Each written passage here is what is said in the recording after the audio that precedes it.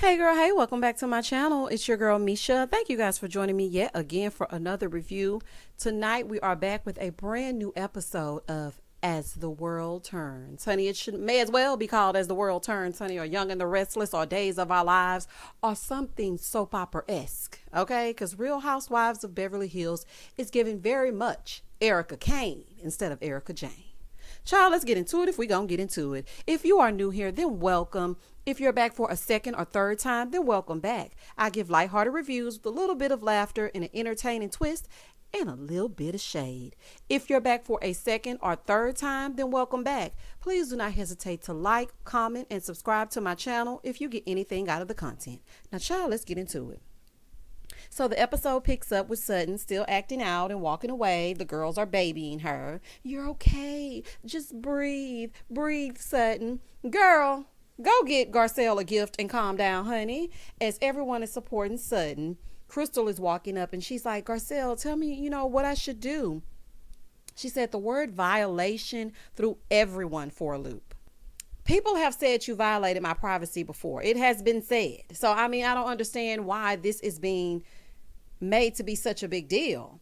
It threw y'all for a loop because of Kyle. Kyle implicated that it meant something sexual. Child, let's get back to the real villain is Kyle, honey. Sutton and Crystal fighting and fussing all up and through. It's not making any sense, honey. Kyle started all of this. Crystal said, I said what I said and I ain't changing it. And so Garcelle said, girl, this is her in her confessional, looking like a scene out of Frozen. Garcelle said, girl, you need to bend a little bit. Why? Because Sutton is crying? Honey, no ma'am. So then we see Rena, as usual, over there telling the girls, let's go get a drink and talk about it. Oh, Rena. So the ladies go back over, and for some reason, they are obsessed with hot toddies this season. I know this was during the colder months in LA. If it even gets that cold, I'm not really sure. But hot toddies for everyone. So Dorit is trying her best to care because, she could really care less, okay? And so she's telling Sutton, if you feel uncomfortable, you can go, babe. It's okay. So Eric was like, come sit next to me. So then Sutton goes over there, right? I'm like, look at Dorit trying to pretend like she care anything about what's going on. It's okay, Dorit. We don't care either.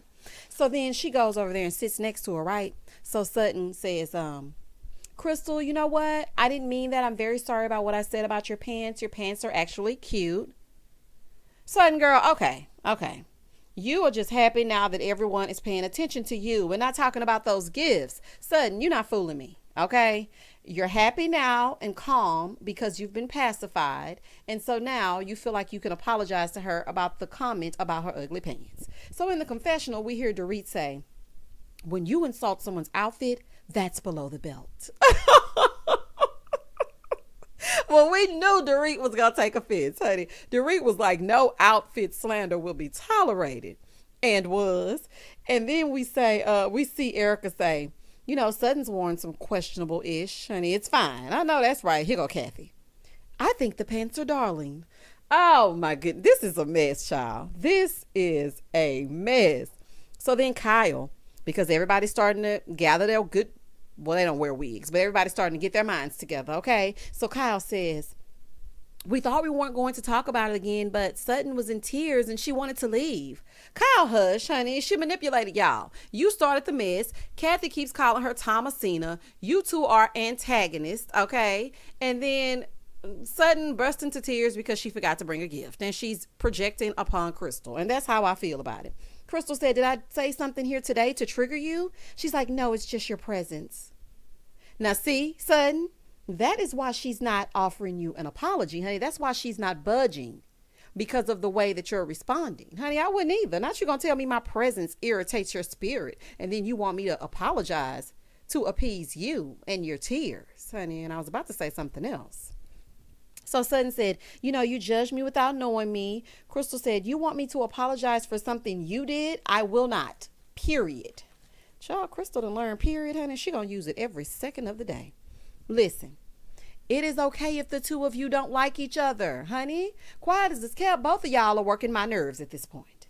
So then she's like, you're an inappropriate, awkward person, and you're crying to get empathy. She said, I was crying because I wanted to leave. She's like, then leave. And I got to agree with Crystal. Okay. If you were doing all that hooping and hollering, why are you still here? Like, why are we still going around in circles for no reason? If you wanted to leave, then you would be gone. So then Garcelle said, put your big girl panties on. Kathy said, the high-waisted ones. Kathy, you be quiet because you and your sister, y'all started this, child. Just hush. So she said, just tell her what you need. Garcelle, how many times are you going to ask her that? If she's not going to say it on her own, she obviously needs nothing. She wants to keep the mess going. You know what? The Real Housewives of Beverly Hills, they are going to drag a fight if they don't do nothing else. They are going to drag out a disagreement for 15 scenes, honey. 15 episodes. It's a mess. So anyway, so Sutton said, you have hurt me a lot and in a lot of ways. Manic, I'm kind of going to need you to take that one back. Sutton is going to try and get this apology one way or the other. She going to get her to apologize for something by the end of this. So Crystal said no. So Dorit explains her father was manic, and Crystal then apologizes for that. Now, we got an apology out of her for calling her manic, which I thought, was the right thing to do because that's not what she should have called her, right? So Rena is like, well, don't say it if you don't mean it. Hush, Rena. You didn't mean that bogus apology you gave Garcelle, honey, but here we are. Child, hush. So then Sutton said, let's just move on. Honey, I hope so. I don't like how y'all are going back and forth about this. This has been going on since the two of you met each other, and it is very tiring for us as viewers because we don't really care either way. I'm just speaking for us all. And I don't like how all the girls rallied around Sutton, but didn't take into account how Crystal felt. Now, I didn't like that. Crystal does have a little bit of a mean streak in her, but I think she just stands firm in her convictions. She said no, and she meant no. And sometimes that's what people need to hear, because people like Sutton will try to get you to appease them so they feel better. And Crystal said, I said what I said and I ain't changing it, honey. And that's the end of that. 4 days later, we see Kyle, Dorit, and Kathy, and they've all tested positive for COVID, right? So everyone must quarantine now. Honey, and Kathy told y'all to be careful. All the ladies are finding out about the lawsuit at this time, right? So Dorit said in her confessional, some of them were widows, they were orphans. It's just a punch in the gut. Garcelle said, it's hard to believe that this is someone you know or spend time with. Let me explain something to you, Garcelle. You all do not know Erika. Y'all know as much about Erika as we do. She does not let people get to know the real her. You ladies know the persona she created, okay? You know the alter ego. You do not know Erika Jayne, and I'm almost convinced of that, allegedly. So Kyle said, I don't know, but I feel like you're innocent until proven guilty. My, how the times have changed. Because Lisa Vanderpump and Denise deserve that same energy. Kyle, goodbye, honey. Whatever, girl. So 2 days later, they do this Zoom call. It's Rena, Erika Jayne, and Kyle. So Erika Jayne is like, people are saying my divorce is a sham. I'm hiding assets. So Rena said, how do you hide assets when you get a divorce? She said, I don't know. But Tom does. This is the thing. That's why this out of the blue last straw divorce was so convenient, allegedly. Because you may not know how to hide assets, but Tom does. So it's making the timeline of this divorce and what you're going through quite a coincidence.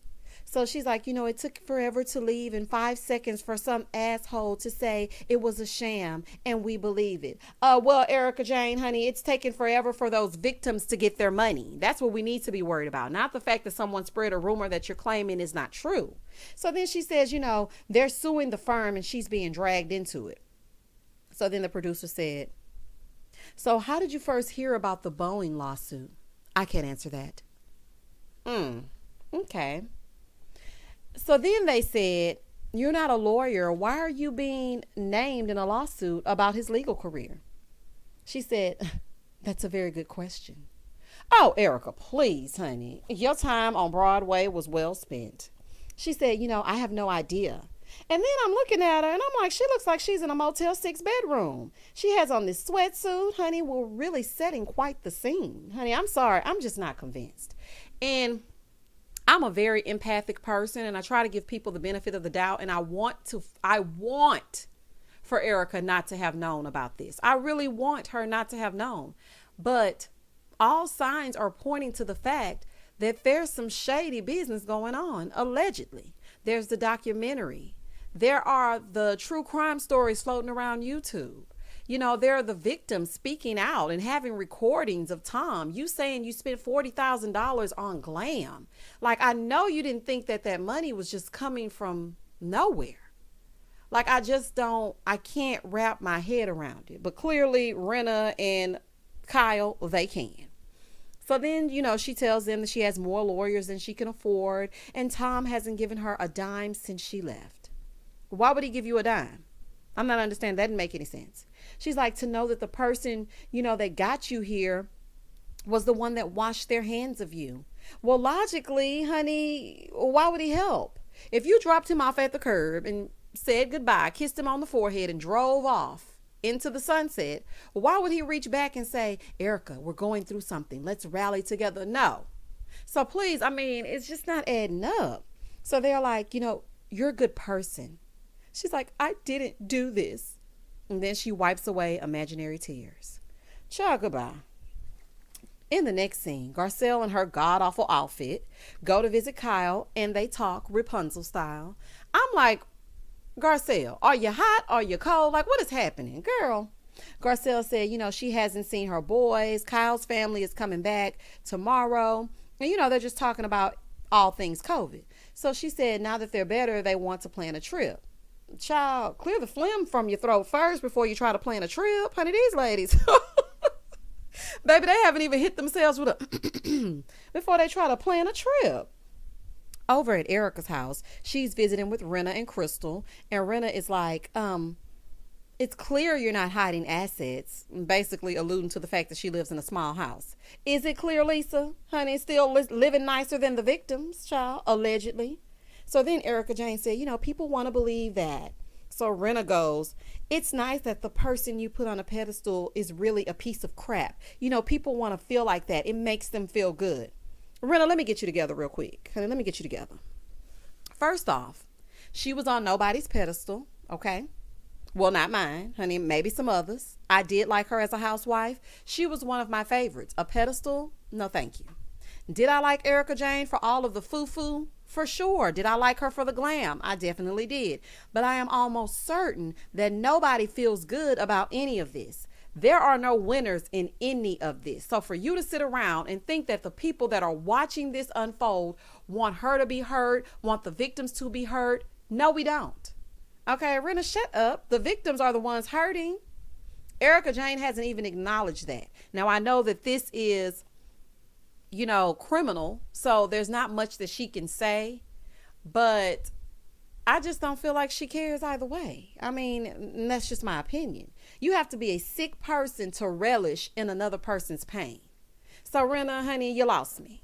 I mean, worry about you and that wig, honey, or whatever that hairstyle is from the 80s. Moving forward. Some of us don't like to see people taken advantage of, and that's that on that. So then she said, you know, people think that she took Tom down, but Tom took himself down. Well, it's looking like everybody, even remotely attached to him, is going down. But that's just me. She's like, he's made a mess of this for all of us. So Rena is like, I know you'll be fine. You're smart. Crystal, honey, be careful hanging out with Rena and Erika and whatnot. I'm just saying, child, be careful of the company that you keep. So Garcelle is still over at Kyle's house and she's talking to Kyle. And she's like, have you heard the Erika Jayne stuff? Like, this is unbelievable. Kyle said, you know, just knowing her like I do, I know she wouldn't do that. Okay, Kyle. So then Kyle says, the reason I don't think their divorce is a sham is because Erika probably knew the lawsuits were coming and said, I'm not sticking around for this. Either way, she knew something, allegedly. You may want to let Erika do the talking, Kyle, okay? Because you might be implicating her in some mess that she doesn't want to be implicated in. You might want to hush. So Garcelle said, you know, husbands can have secrets that wives don't know about. This is true, Garcelle. I'm going to have to give you that. This is true. But I just find it hard to believe that she did not know anything. I mean, nothing? Okay, but maybe, honey. I don't know. So Erika is back at her house and she's like, Crystal, you need to check your bank accounts. Erika, there is no way you thought Tom was funding your lifestyle as a lawyer. Honey, I just don't believe that. Now you're telling them to check their bank accounts. Girl, goodbye. Just you not knowing what's taking place, that's interesting to me. You not knowing and not asking, even for a second, where all of this is coming from is beyond me. So Crystal said, checking bank accounts, that really freaks me out. Now, Crystal, listen. Instead of fussing and fighting with Sutton, you better check those accounts. So Rena said, her and Harry have joint accounts, but separate personal accounts. And she always knows what's there, what money is coming in and where it's going and where the dead bodies are buried. Honey, Rena, it's too soon. It's too soon, honey. I say this. Make sure if you are in a high profile marriage, even in a regular marriage with lots of money, do not turn a blind eye if things look shady, because you will go down with the ship. I will go down with this ship. I'm just telling you, honey. Crystal said that she doesn't know every aspect of their financial situation, but if she asked, he was sharing. If he didn't, that would be a red flag.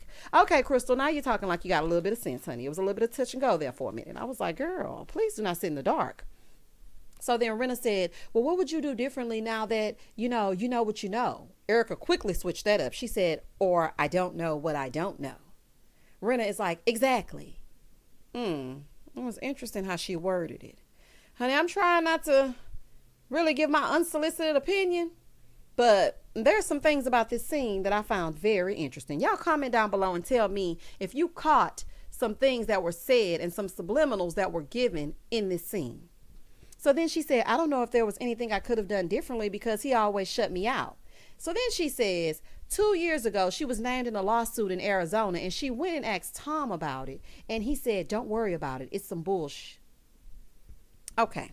So you were named in a random lawsuit and didn't keep your eyes peeled after that? Okay, Erika. She said she was, asking, but he would be like, mum's the word. She's like, I pleaded, I cried, I tried, and I pushed till I couldn't anymore. Okay. So then she tells us that Tom was vicious and utterly dismissive. Well, let me tell you something. It's been 25 years and everything is so bad all of a sudden. Okay. So then we see Rena talking to Delilah because now she's back over in the next scene and she's talking to her on FaceTime. And Rena is bragging about Delilah's boyfriend. Let me tell y'all something. Rena is going to be mother-in-law of the year. Honey, the mother-in-law to end all mother-in-laws. She will brag about her girl's man in a minute. Rena is so happy these girls have high-profile men, baby. She lives for it.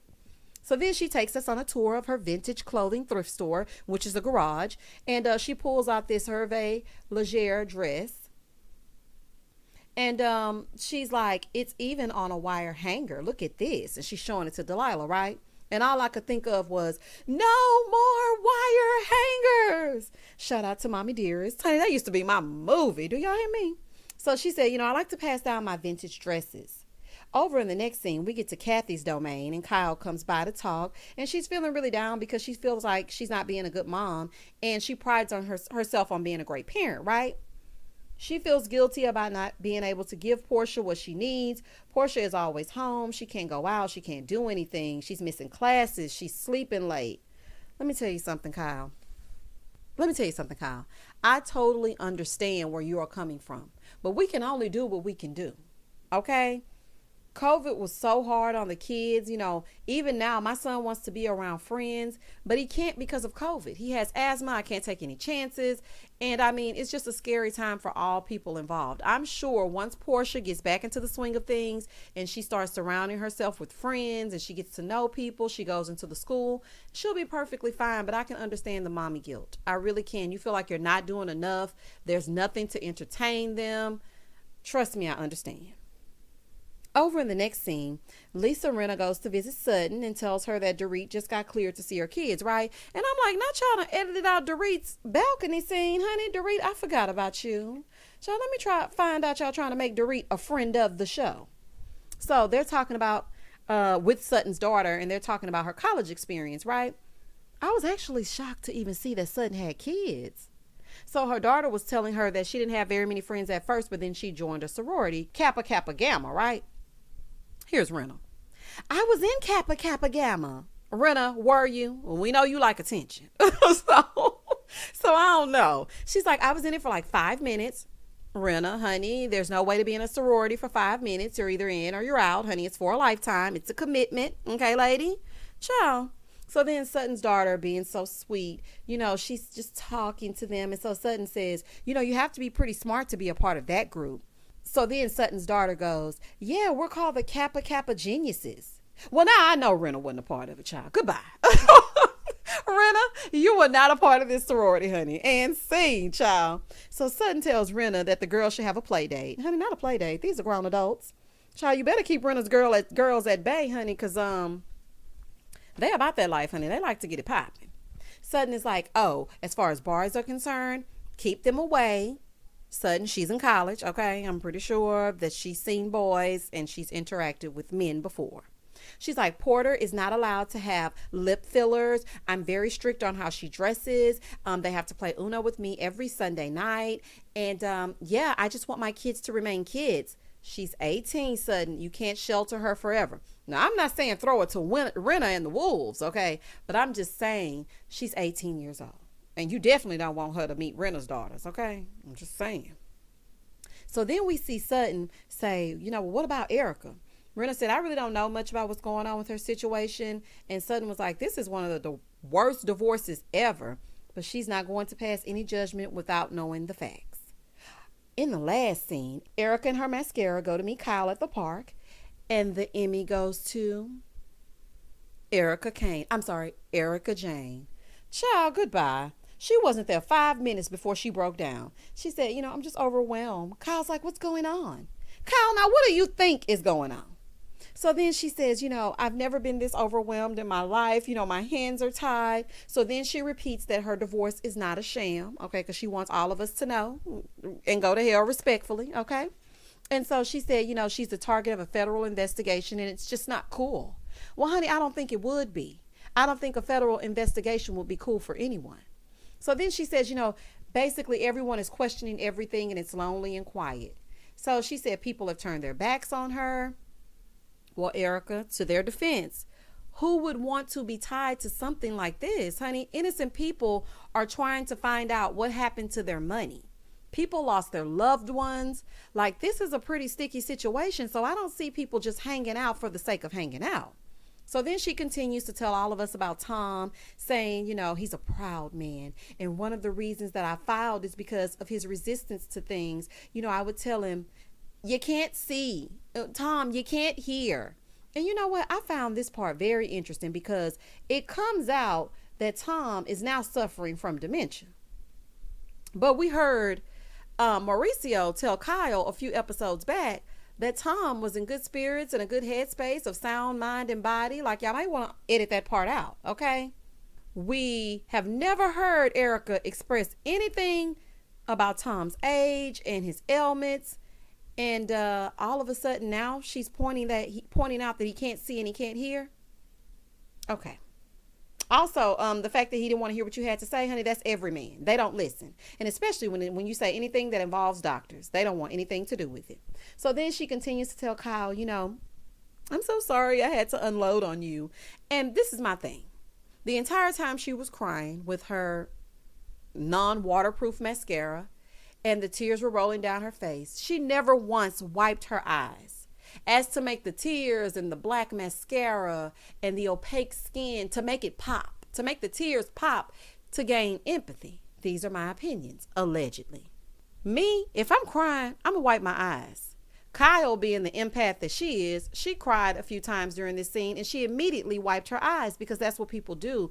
It's just not coming across genuine. So I don't know. It's just not coming across the way that you think that it's coming across. So then she tells us, as much as Tom encouraged her, he resented her even more. So basically, honey, it'd be your own husband. He didn't want her to succeed. And she said she would hug him and he wouldn't hug her back. And so then Erika said that Tom is in his own personal hell and she can't help him. Okay. And that was the end of the episode. So let me just say this. So it just happened to reach its pinnacle of crappiness when a lawsuit is being filed. Why not leave before now? And if his health was disintegrating or degrading, as you say, right before you, what heartless wife would just leave him at the curb and then divorce. I'm sorry, Erika, I'm not buying it, but your performance, at least it deserves a nod. Honey, I just can't get into it as I get into it. And child, and that was the end of the episode. Please feel free to comment down below and let me know exactly how you felt about this episode. Do you feel like the things that Erika was saying were of some truth? I mean, who am I to say? I'm just going based on what I'm reading and what I'm seeing in the press. But you let me know exactly how you feel down below. Please do not hesitate to like, comment, and subscribe. And as always, stay safe, stay blessed, spread love, not germs. Peace.